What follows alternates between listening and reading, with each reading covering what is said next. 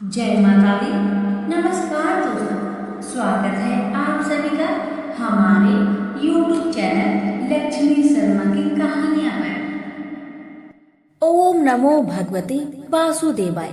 प्यारे भक्तगणों, आज की वीडियो में आप सभी श्रवण करेंगे माघ महीने की शुक्ला पक्ष की एकादशी व्रत कथा। सर्व सिद्धि प्रदायक माघ मास के शुक्ला पक्ष की इस एकादशी का नाम जया एकादशी है। इसके व्रत में भगवान कृष्ण की केशव नाम से पूजा की जाती है। इस व्रत को करने वाले को भूत, प्रेत, पिशाच आदि निष्कृत योनियों में जाने का भय नहीं रहता और अनेकों जन्म के पाप नष्ट होकर इस लोक और परलोक में सभी सुख प्राप्त होते हैं। भगवान केशव के चरण कमलों में ध्यान लगाकर कथा को पूरा श्रद्धा भाव से प्रसन्नचित मन से अवश्य सुनिएगा। आपके अनेकों जन्मों के पाप नष्ट होगा। इस लोक और परलोक में सभी सुख प्राप्त होंगे। प्रेम से बोलिए लक्ष्मी नारायण की जय, श्री कृष्ण भगवान की जय, राधा रानी की जय। श्री कृष्ण भगवान बोले, हे राजा, माघ मास की शुक्ला पक्ष की एकादशी का नाम जया एकादशी है। इस एकादशी के व्रत से मनुष्य भूत, प्रेत, पिशाच आदि की योनि से छूट जाता है। अतः इस एकादशी व्रत को विधि पूर्वक करना चाहिए। हे राजन, मैं एक पौराणिक कथा कहता हूँ, उसे ध्यान पूर्वक सुनिए। एक समय इंद्र स्वर्ग लोक में राज्य करता था। वहाँ अमृत का पान कर नंद वन में अप्सराओं के साथ आनंद पूर्वक क्रीड़ा करता था। एक समय इंद्र अपनी इच्छा अनुसार अप्सराओं के साथ रमन कर रहा था। उन्हें नाचने लगा। जगह गंधर्व गान कर रहे थे। वहाँ गंधर्वों में प्रसिद्ध पुष्पदंत तथा उसकी लड़की चित्रसेन की स्त्री मलिन ये सब थे। उस जगह मलिन का लड़का पुष्पबान और उसका लड़का मल्यवान था। उस समय पुष्पवती नामक एक गंधर्व लड़की मल्यवान को देखकर उस पर मोहित हो गई और कामबाण से चलायमान होने लगी। उसने अपने रूप, सौंदर्य, हाव भाव आदि के द्वारा मल्यवान को बस में कर लिया। हे राजश्री, वह पुष्पवती अत्यंत सुंदर थी। उसके लक्षण अत्यंत सुंदर थे। पुष्पवती की ऐसी सुंदरता को देखकर मल्यवान भी उसके ऊपर मोहित हो गया। अतः ये दोनों कामदेव के बस में हो गए। परंतु फिर भी इंद्र के बुलाने पर नाच गाने के लिए जाना पड़ा और अप्सराओं के साथ अपना गान शुरू किया। यद्यपि वह नाच गा रही थी, परंतु कामदेव के प्रभाव से उनका मन न लगा और अशुद्ध गाने लगी। उनकी भाव भृंगियों को देखकर इंद्र ने इनके प्रेम को समझ लिया और श्राप दे दिया कि हे मेरी आज्ञा का उल्लंघन करने वाले मूर्खों, तुमने मेरा अपमान किया है, इसलिए तुम स्त्री पुरुष के रूप में मृत्यु लोक में जाकर पिशाच का रूप धारण करो और अपना कर्म फल भोगो। इंद्र का श्राप सुनकर वे अत्यंत दुखी हुई और हिमालय पर पिशाच बनकर दुख पूर्वक अपना जीवन व्यतीत करने लगे। उन्हें गंध, रस, स्पर्श आदि का कुछ ज्ञान नहीं था। उस जगह महान दुख मिल रहे थे।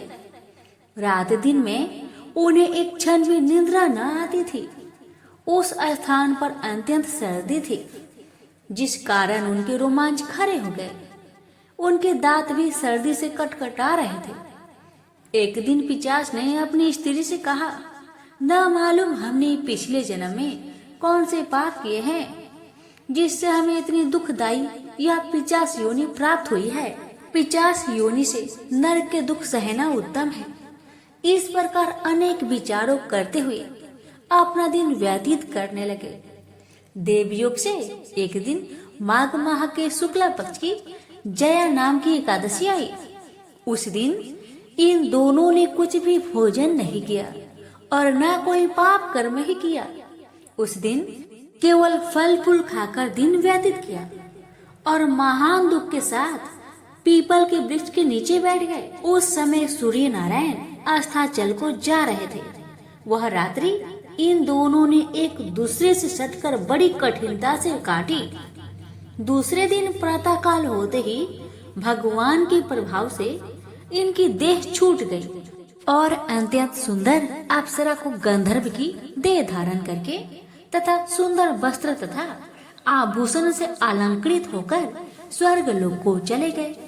उस समय आकाश में देवगण तथा गंधर्व उनकी स्तुति करने लगे। नागलोक में जाकर इन दोनों ने देवराज इंद्र को प्रणाम किया। इंद्र को भी इनका अपने प्रथम रूप में देखकर बड़ा आश्चर्य हुआ और इनसे पूछने लगे कि तुमने अपनी पिशाच देह से किस प्रकार छुटकारा पाए, सो सब मुझसे कहो। इस पर मल्यवान बोले कि हे देवेंद्र, भगवान विष्णु के प्रभाव तथा जया एकादशी के व्रत के पुण्य से हमारी पिशाच योनि छूटी है। इंद्र बोले, हे मल्यवान, एकादशी व्रत करने से तथा विष्णु के प्रभाव से तुम लोग पिशाच की देह छोड़कर पवित्र हो गए हो और हम लोगों के भी वंदनीय हो गए हो, क्योंकि शिव तथा विष्णु भक्त हम लोगों के वंदना करने योग्य है। अतः आपको धन्य है, धन्य है। अब तुम पुष्पवती के साथ जाकर विहार करो। हे युधिष्ठिर, इस जया एकादशी के व्रत करने से समस्त कुयोनि नष्ट हो जाती है। जिस मनुष्य ने इस एकादशी का व्रत किया है उसने मानो सब तप, यज्ञ, दान आदि किए हैं।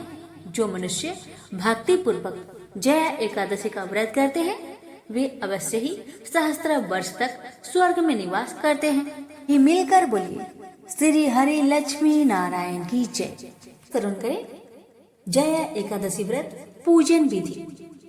साधक को इस दिन प्रातः स्नान करके स्वास्तिक रहकर भगवान विष्णु की मूर्ति को ओम नमो भगवते वासुदेवाय मंत्र का उच्चारण करते हुए पंचामृत से स्नान आदि कराकर वस्त्र, चंदन, जनेऊ, गंध, अक्षत, पुष्प, तिल, धूप, दीप, नैवेद्य, ऋतुफल, पान, नारियल आदि अर्पित करके कपूर से आरती उतारनी चाहिए।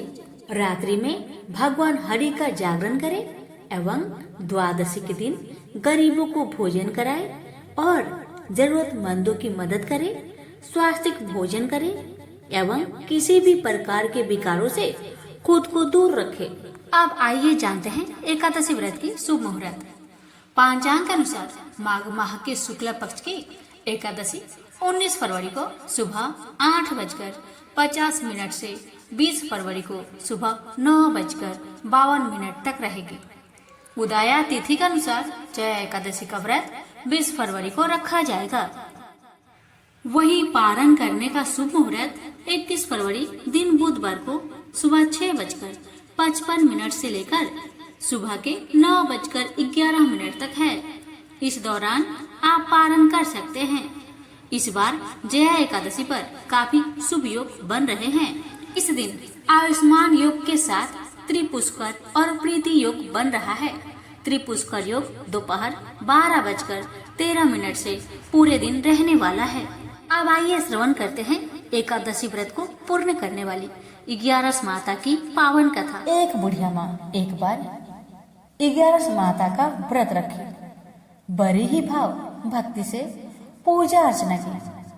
उन्हें वृद्ध अवस्था में क्या बाधा थी, वो तो अपने पुत्र पौत्रों की सुख सुविधा के लिए व्रत रखने लगे। वे दिन भर तो जरा कठोर मन करके अपनी प्यास को रख रही। दिन में पूजा पाठ किया, कथा सुनी और पंडित जी को मिट्टी के पात्र में भरकर पानी और ऋतुफल दान दिया। दोनों भर भर कर बूरा वितरण किया। उन्हें गर्मी के कारण बहुत बेचैनी हो रही थी। इस कारण से बड़ी देर तक पानी में पड़ी रही और पानी की कुल्ला करती रही, मुंह धोती रही। तब कहीं थोड़ा बहुत धैर्य बंध पाया। धूप तो तेज पड़ रही थी, इस कारण बार बार मुंह सूख रहा था। बूढ़ी माँ बहुत बेचैन हो रही थी। एक बुढ़ापा और दूसरे ये भयंकर गर्मी, वृद्ध अवस्था की स्थिति तो कुछ दूसरे ही प्रकार की होती है। ऐसे तैसे रो धो के दिन कट पाया। अब पहाड़ सी रात सामने थी। उसका काटना बड़ा ही कठिन दिखाई दे रहा था। खटिया पर पड़े शांति नहीं मिल रही थी। वे बार बार करवट बदल रही थी। अनेक बार वो बाहर जाती और भीतर आती। उन्हें घर के अंदर शांति नहीं थी। वे पड़ी पड़ी एकादशी माता का स्मरण करती रही। वे कहती रही कि हे माता जी, आप मेरी लाज रखिएगा, आप ही मुझे शक्ति दे दीजिएगा जिससे मैं भली भांति आपका व्रत कर सकूं और ये पहाड़ सी रात शांति पूर्वक व्यतीत हो सके। प्यास के कारण बूढ़ी माँ की बेचैनी तो बढ़ ही रही थी। उन्होंने धैर्य रखने का बहुत प्रयास किया, किंतु सहनशीलता की सीमा टूट गई और वे घबराकर एकदम चिल्ला पड़ी। बोली, बचाओ बचाओ बचाओ। अम्मा का चिल्लाना सुनकर परिवार भर के नर नारी, बच्चे और पड़ोसी एकत्रित होकर बूढ़ी अम्मा की खटिया के समीप पहुंच गए। सबने पूछा, अम्मा जी, आपको क्या हो गया? आप क्यों चिल्ला पड़ी है?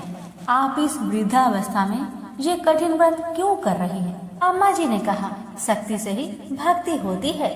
थोड़ी ही देर में वे फिर से बोली कि अरे, हमारे प्राण तो ही निकल जा रहे हैं। मेरी छाती पर ठंडे पानी का घड़ा रख दीजिए।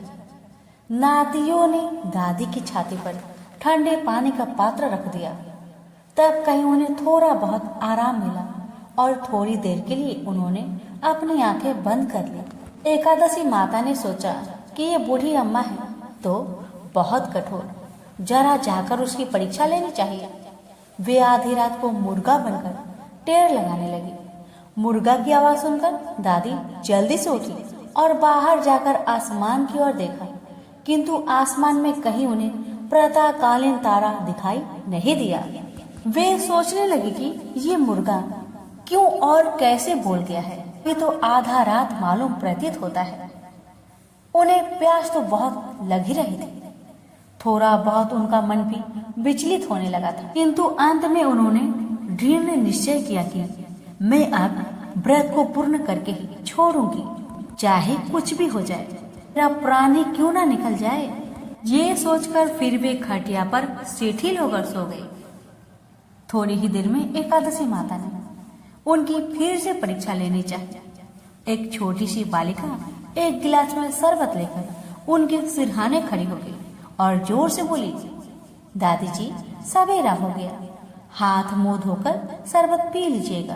पहले तो शरबत का गिलास देखकर उनका मन ललचाने लगा, किंतु अचानक व्रत का स्मरण हो आया और उन्होंने सोचा कि मैं किसी भी प्रकार से अभी शरबत नहीं पी सकती हूँ, और वे शांतिपूर्वक अपनी खटिया पर लेट गई। फिर थोड़ी देर में उन्हें ऐसा लगा कि जैसे किसी ने उन्हें पानी के कुएं में पटक दिया हो। वे बड़ी देर तक उस कुएं में हाथ पांव चलाती रही, किंतु उन्होंने अपने मुख में पानी की एक बूंद भी नहीं जाने दी और वे दृढ़तापूर्वक अपना व्रत पालन करती रही। थोड़ी ही देर में न जाने कहां से सामने आग जलने लगी, जिससे भारी गर्मी बढ़ने लगी। प्यास के कारण प्राण निकलने लगे, किंतु बूढ़ी अम्मा का कुछ भी नहीं बिगड़ पाया। वे जहां की तहां मुस्कुराती हुई बैठी रही। थोड़ी ही देर में बाहर प्रकाश दिखाई देने लगा। ऐसा लगा कि जैसे सवेरा हो आया। बूढ़ी अम्मा ने जब बाहर निकलकर देखा तो समझ गई कि अभी सवेरा होने में 3-4 घंटे की देरी है। यह जानकर वे शांति पूर्वक इधर उधर घूमने फिरने लगी।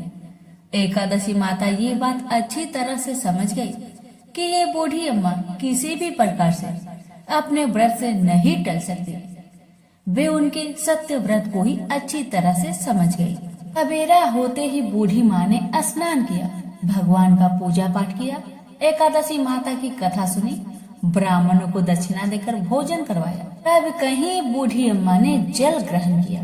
कन्याओं को भोजन कराने के बाद अम्मा ने भोजन किया। उस श्रेष्ठ व्रत के प्रताप से बूढ़ी अम्मा की आयु में वृद्धि हो गई।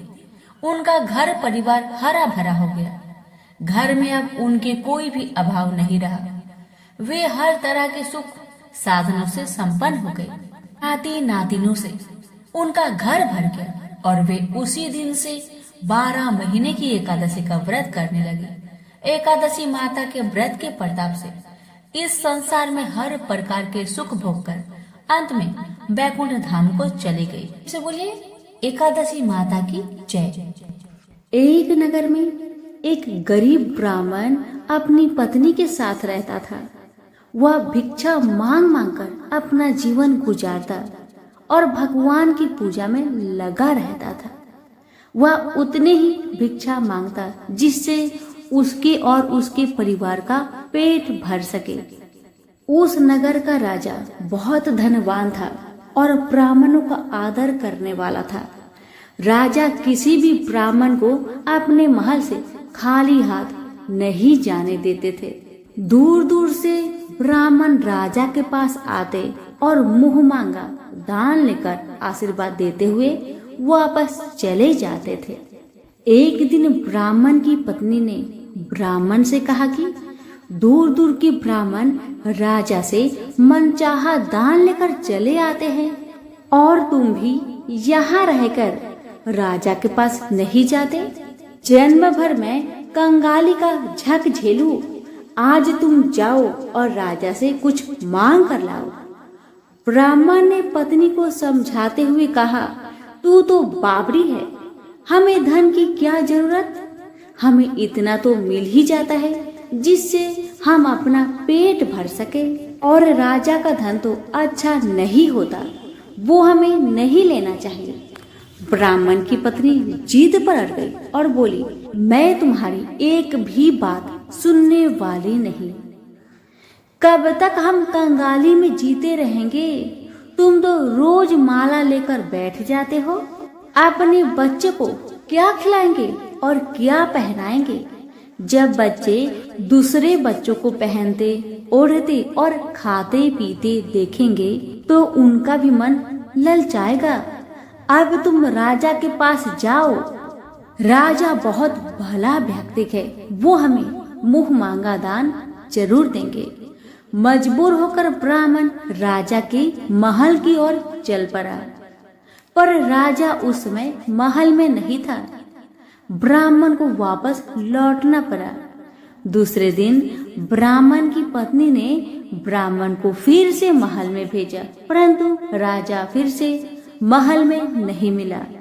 तीसरे दिन राजा महल में गया और उसने ब्राह्मण का स्वागत किया और उसे आसन पर बैठाया और साथ में ब्राह्मण देवता से 2 दिन न मिल पाने के लिए क्षमा भी मांगी। राजा ने कहा, मैं आपकी क्या सेवा कर सकता हूँ? ब्राह्मण ने कहा, जो मैं मांगू वो आप दे सकेंगे? राजा ने कहा, हाँ हाँ कहिए, मैं आपकी क्या सेवा कर सकता हूँ? ब्राह्मण ने निवेदन किया, महाराज मैं कुछ और नहीं चाहता, बस आप मुझे अपने पसीने की कमाई से 4 पैसे दान में दे दीजिए। ब्राह्मण की बात सुन राजा बहुत हैरान हो गए और मन ही मन सोचने लगे कि मेरे महल में कितने सारे धन पड़े हैं, पर मेरी मेहनत की एक कौड़ी भी नहीं है। राजा ने ब्राह्मण से कहा, आप मुझे 1 दिन का समय दे, मैं कल आपको आपका मुंह मांगा दान दूंगा। ब्राह्मण महल से अपने घर को खाली हाथ ही लौट आए। ब्राह्मण को खाली हाथ आता देख पत्नी बोली, क्या हुआ, राजा ने कुछ दिया नहीं? ब्राह्मण बोला, राजा ने कल देने के लिए कहा है। ब्राह्मण की पत्नी सोचने लगी, शायद इन्होंने बहुत सारा धन मांगा होगा और राजा को इसकी व्यवस्था करने में समय लग रहा होगा, इसलिए कल बुलाया है। दूसरी ओर राजा ने अपने राजसी कपड़े बदलकर फटे पुराने कपड़े पहने और मजदूर जैसा भेष बना लिया। जब राजा की पत्नी ने देखा और कारण पूछा तो राजा ने सब कुछ बताया। रानी बोली, मैं भी आपके साथ चलूंगी। राजा के हाँ कहने पर रानी भी पुरानी साड़ी पहनकर आ गई। इस प्रकार राजा रानी मजदूरी की तलाश में शहर निकले। लुहारों के मोहल्ले में जाकर राजा ने आवाज लगाई, किसी को मजदूर चाहिए। आखिरकार एक लुहार ने उन्हें बुला लिया, जो पहिए पर हाल चढ़ाने की तैयारी कर रहा था। उसने राजा से कहा, देखो, तुम्हें पहले खलात ठोकनी पड़ेगी और जब आग आ जाए उसके बाद घन पिटना होगा। फिर रानी की ओर देखकर कहा, तुम्हें कुएं से पानी लेकर होदी भरनी होगी और कोयले वाले घर से कोयला लेकर भट्टी में डालना होगा। तुम दोनों के दिन भर काम करने के लिए मैं तुम्हें 2-2 आने दूंगा। अगर काम पसंद हो तो बोलो, नहीं तो अपना रास्ता नापो। राजा रानी लोहार के बताए काम को करने लगे। राजा खलात ठोकने लगा, पर उससे काम ठीक से नहीं हो पा रहा था। लोहार नाराज होकर राजा को ठीक से काम करने के लिए कहता है। राजा जैसे तैसे अपना काम करने लगा।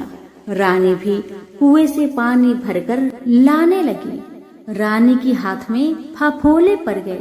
किसी तरह बड़ी कठिनाइयों से उसने पानी का हौज भरा। उसके बाद रानी कोयला लाकर भट्टी में डालने लगी।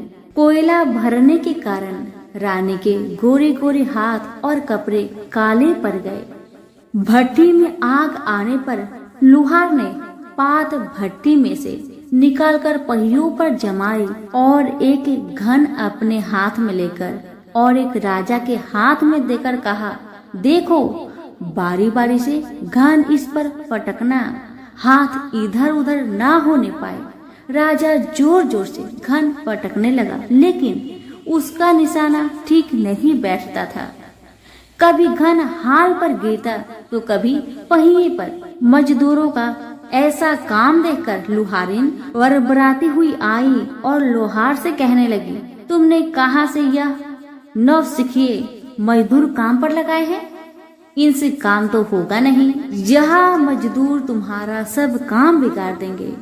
राजा रानी उन दोनों की फटाकर सुनते सुनते अपना काम मन लगाकर करते रहे। घन पटकते पटकते राजा का शरीर पसीना से तर तर हो गया और जोर शोर से सांस चलने लगी। रानी भी पानी भरते भरते और कोयला झोंकते झोंकते थक कर चूर हो गई।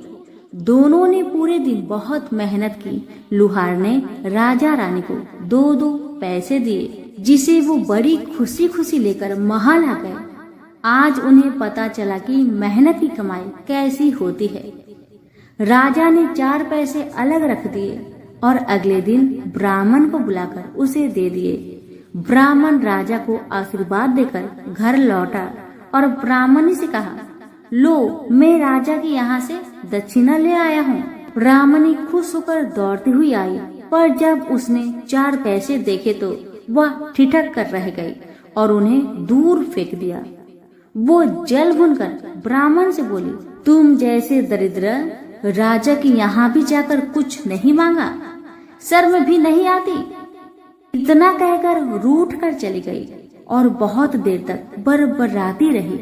ब्राह्मण ने उन 4 पैसों को उठाकर तुलसी के पास रख दिए और सोचा, जब ब्राह्मणी शांत हो जाएगी तो जरूरत पड़ने पर ये सिक्के को उठा लेगी।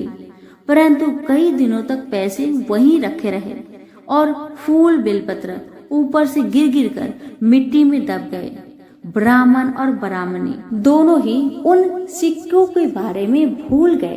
कुछ दिनों के बाद तुलसी जी के घर में 4 पौधे उगे। चारों पौधे बहुत सुंदर थे। यह देख ब्राह्मणी रोज उसमें पानी डाल देती। 4 महीने बाद वो पौधे बड़े हो गए और उनमें फूल लगने लगे। फूल सूखने पर इनसे मोती झरने लगी। ब्राह्मण और ब्राह्मणी ने कभी मोती नहीं देखे थे। वो समझे कि कोई बीज है। हर रोज कई कई फूल झड़ते और मोती पूरे तुलसी पर बिखर जाते। ब्राह्मणी उन मोतियों को समेट कर घर के एक कोने में डाल देती। इस तरह वहाँ मोतियों का ढेर लग गया था। एक दिन एक सब्जी वाली आई। ब्राह्मणी को सब्जी लेनी थी, पर उसके पास पैसे नहीं थे। उसने सब्जी वाली से कहा, क्या तुम इन चमकदार बीजों के बदले सब्जी दे सकती हो? सब्जी वाली ने देखा तो वो पहचान गई, अरे ये तो मोती है। उसने खुशी खुशी ब्राह्मणी को उन मोतियों के बदले उनकी मनपसंद सब्जी दे दी। अब से हर रोज ऐसा होने लगा। ब्राह्मणी और सब्जी वाली दोनों खुश थे। सब्जी वाली यह सोचकर खुश थी कि मुझे एक पैसे की तरकारी के बदले हजारों का माल मिलता है, और ब्राह्मणी ये सोचकर खुश थी कि इस बीजों के बदले सब्जी मिल जाती है। इस प्रकार कई महीने बीत गए। उधर राजा के महल में कई राजहंस थे जो मोती चुगते थे। राजा का यह नियम था, जब राजहंस मोती चुग लेते थे उसके बाद ही राजा और उसका परिवार भोजन करता था। एक समय बाद राजा का सारा धन उन मोतियों और दान देने में खर्च हो गया। अब राजा को मोती खरीदने के पैसे तक नहीं बचे। यह खबर पूरे नगर में फैल गई। ब्राह्मण और ब्राह्मणी को जब यह पता चला तो उन्होंने यही विचार किया कि राजा बहुत दानी और नेक दिल है। उसने अपना सब कुछ दान कर दिया, यहाँ तक कि शायद उनके पास खाने को भी कुछ नहीं है। ऐसा हालत में हमें उन लोगों की सहायता करनी चाहिए। ब्राह्मण ने ब्राह्मणी से कहा, अगर तू कहे तो इसमें से कुछ बीज राजा को दे दूं। तू कहती है इससे सब्जी और खाने की चीज मिल जाते हैं। ब्राह्मणी ने कहा, हाँ, मैं रोज इसके बदले सौदा लिया करती हूँ। ऐसा कहकर ब्राह्मणी एक टोकरी बीज भर लाई। ब्राह्मण राजा के पास पहुंचा और उसे वो मोती दिए और राजा को सारी बात बताई। राजा उन मोतियों को देखकर चौंक गया। उसने मोती राजहंस को दिए। राजहंस उन्हें चुगने लगे। यह देख राजा ने ब्राह्मण से कहा, एक एक मोती सैकड़ों रुपए का है। सच बताए, आपके पास इतने मोती कहाँ से आए? ब्राह्मण बोला, महाराज, ऐसे बीज तो हमारे घर पर बहुत है। और राजा को पूरी बात बताई। राजा अपने मंत्रियों के साथ ब्राह्मण के घर पहुँचे और उन चारों पेड़ों को देखा। पूछताछ में उन सिक्के वाली बात सामने आ गई। जब पेड़ों को देखा तो उनकी जड़ के पास वही सिक्के चिपके हुए थे। आज ब्राह्मण और ब्राह्मणी को मालूम हुआ कि उनके पास लाखों करोड़ों की दौलत है, जिसे वो साधारण बीज समझते थे। ब्राह्मण ने सोचा कि मेरे लिए यह धन किस काम का। ऐसा सोच ब्राह्मण ने सारे मोती राजा को दान में दे दिए। राजा की आंखें भी खुल गई। मेहनत के धन की कीमत उन्हें मालूम पड़ गई। उस दिन राजा ने प्रण कर लिया कि मैं खजाने के पैसे से एक भी पैसा अपने खर्च में नहीं लगाऊंगा।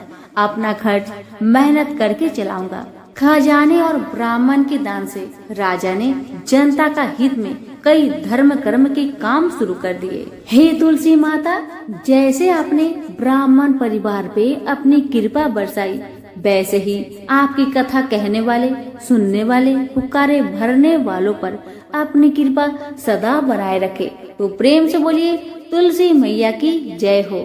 एक लपसी था, एक तपसी था। तपसी हमेशा भगवान की तपस्या में लीन रहता था। लपसी रोजाना 1.25 सेर की लपसी बनाकर भगवान का भोग लगाकर जीम लेता था। एक दिन दोनों लड़ने लगे। तपसी बोला, मैं रोज भगवान की तपस्या करता हूँ, इसलिए मैं बड़ा हूँ। तपसी बोला, मैं रोज भगवान को 1.25 सेर लापसी का भोग लगाता हूँ, इसलिए मैं बड़ा हूँ। नारद जी वहाँ से गुजर रहे थे। दोनों को लड़ता देखकर उनसे पूछा कि तुम क्यों लड़ रहे हो? तपसी ने खुद के बड़ा होने का कारण बताया और लपसी ने अपना कारण बताया। नारद जी बोले, तुम्हारा फैसला मैं कर दूंगा। दूसरे दिन लपसी और तपसी नहाकर अपनी रोज की भक्ति करने आए तो नारद जी ने छुपकर 1.25 करोड़ की एक एक अंगूठी उन दोनों के आगे रख दी। तपसी की नजर जब अंगूठी पर पड़ी तो उसने चुपचाप अंगूठी उठाकर अपने नीचे दबा ली। लपसी की नजर अंगूठी पर पड़ी लेकिन उसने ध्यान नहीं दिया। भगवान को भोग लगाकर लपसी खाने लगा। नारद जी सामने आए तो दोनों ने पूछा कि कौन बड़ा है। तो नारद जी ने तपसी से खड़ा होने को कहा। वो खड़ा हुआ तो उसके नीचे दबी अंगूठी दिखाई पड़ी। नारद जी ने तपसी से कहा, तपस्या करने के बाद भी तुम्हारी चोरी करने की आदत नहीं गई, इसलिए लपसी पड़ा है और तुम्हें तुम्हारी तपस्या का कोई फल भी नहीं मिलेगा। तपसी शर्मिंदा होकर माफी मांगने लगा। उसने नारद जी से पूछा, मुझे मेरी तपस्या का फल कैसे मिलेगा? नारद जी ने कहा, यदि कोई गाय और कुत्ते की रोटी नहीं बनाएगा तो फल तुम्हें मिलेगा। यदि कोई ब्राह्मण को भोजन करवाकर दक्षिणा नहीं देगा तो फल तुम्हें मिलेगा।